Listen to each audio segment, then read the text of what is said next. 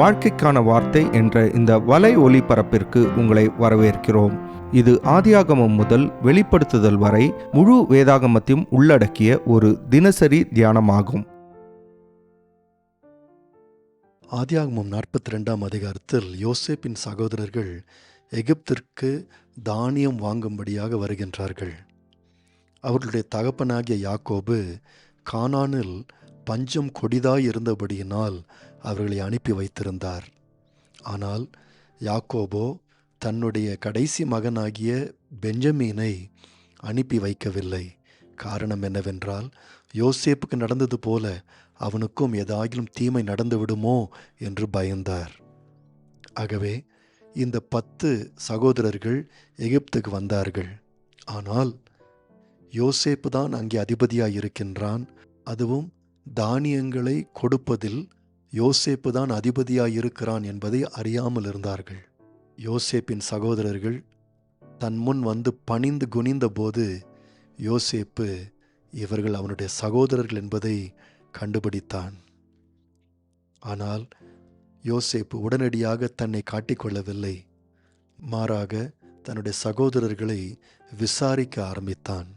முதலாவதாக, நீங்கள் இந்த தேசத்தை வேவு பார்க்க வந்திருக்கிறீர்கள் என்று அவர்கள் மேல் ஒரு குற்றச்சாட்டை வைத்தான். அதற்கு அவனுடைய சகோதரர்கள், நாங்கள் 12 சகோதரர்கள், ஒரே தகப்பனுக்கு பிறந்தவர்கள், இளையவன் இப்பொழுதும் வீட்டில் இருக்கிறான் என்று சொல்லி விளக்கம் கொடுத்தார்கள். யோசேப்பு இதை வைத்து, இன்னும் எனக்கு நிரூபணம் வேண்டும் என்று சொன்னான். நீங்கள் உண்மையை தான் சொல்லுகிறீர்களா என்று உங்களை நான் சோதிக்கப் போகிறேன் என்று சொன்னான். உங்களில் ஒருவனை தவிர மற்ற எல்லாரையும் சிறைச்சாலை அடைக்கப் போகின்றேன். அந்த ஒருவன் மாத்திரம் வீட்டிற்கு போய் அந்த இளைய மகனை கூட்டிக் கொண்டு வர வேண்டும் என்று சொன்னான். அந்த இளைய மகனை கூட்டிக் கொண்டு வந்தால் அப்பொழுது நீங்கள் என்னிடத்தில் உண்மை பேசுகிறீர்கள் என்பதை அறிந்து கொள்வேன் என்று சொன்னான். ஆனால் 3 நாட்கள் கழித்து யோசேப்பு கொஞ்சம் தன்னுடைய நிலைமையை மாற்றிக்கொண்டான். தன்னுடைய சகோதரர்களை பார்த்து சொன்னான், உங்களில் ஒருவனை மாத்திரம் நான் சிறைச்சாலையில் வைத்துவிட்டு மற்ற 9 பேரையும் அனுப்பி வைத்து விடுகின்றேன். ஏனென்றால் உங்களுடைய குடும்பத்தார் பசியோடு இருக்கின்றார்கள். ஆனால் நீங்கள் திரும்பி வரும்போது பென்யமீனை கூட்டிக் கொண்டு வர வேண்டும் என்று சொன்னான். இங்கேதான் ஒரு திருப்புமுனை ஏற்பட்டது. தன்னுடைய சகோதரர்கள் ஒருவரோடு ஒருவர் இப்படி பேசிக்கொண்டிருந்ததை அவன் கேட்டான். 21ஆம் வசனத்திலிருந்து வாசிக்கும்போது, நம்முடைய சகோதரனுக்கு நாம் செய்த துரோகம் நம்மேல் சுமந்தது. அவன் நம்மை கெஞ்சி வேண்டிக் கொண்ட போது அவனுடைய மன வியாகுலத்தை நாம் கண்டும் அவனுக்கு செவிகொடாமற் போனோமே. ஆகையால் இந்த ஆபத்து நமக்கு நேரிட்டது என்று ஒருவரை ஒருவர் பார்த்து சொல்லிக் கொண்டார்கள். அப்பொழுது ரூபன் அவர்களை பார்த்து, இளைஞனுக்கு விரோதமாக பாவம் செய்யாதிருங்கள் என்று நான் உங்களுக்கு சொல்லவில்லையா? நீங்கள் கேளாமற் போனீர்கள். இப்பொழுது இதோ அவன் இரத்தப்பழி நம்மிடத்தில் வாங்கப்படுகிறது என்றான்.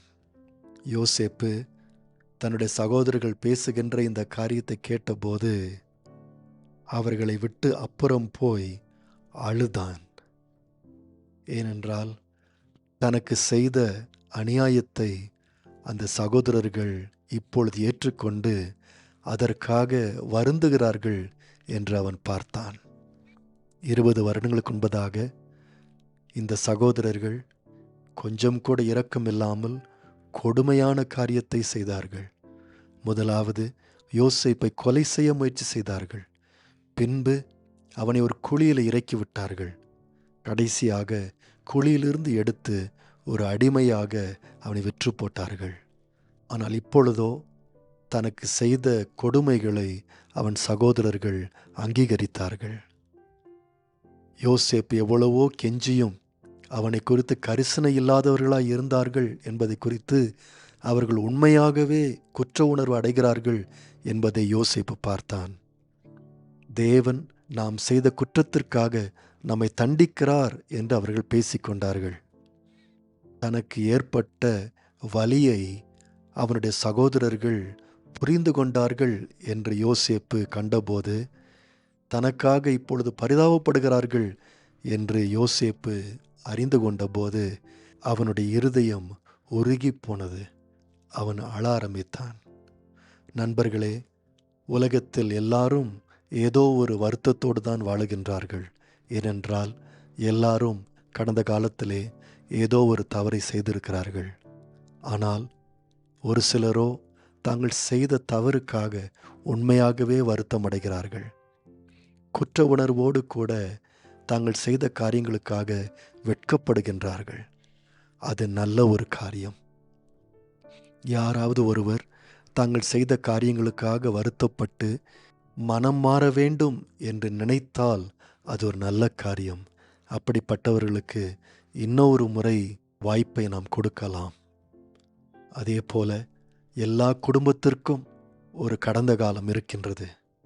ஏனென்றால் சில நேரத்தில் குடும்ப நபர்களே தங்களுடைய மற்ற குடும்ப நபர்களை பார்த்து பொறாமைப்பட்டு அவர்களை காயப்படுத்துவது உண்டு.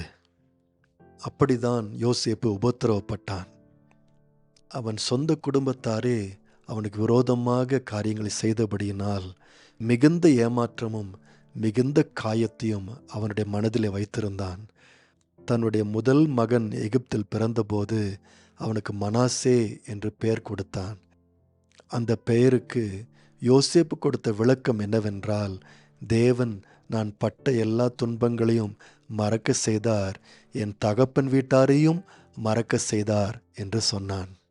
பாருங்கள், தன்னுடைய குடும்பத்தார் அவனை மிக அதிகமாக காயப்படுத்தினபடினாலே அவர்களை மறந்து போனதை குறித்து சந்தோஷப்பட்டான். ஆனால் இப்பொழுதோ அவனுடைய சகோதரர்கள் உண்மையாக வருத்தப்பட்ட போது அவனுடைய இருதயம் மெழுகு போல கரைந்தது. தன்னை காயப்படுத்தினதை அவர்கள் உண்மையாக ஏற்றுக்கொண்டார்கள் என்று அவன் பார்த்தபோது அவர்கள் மேலே இருந்த அன்பு மறுபடியும் அவனுக்கு திரும்ப வந்தது.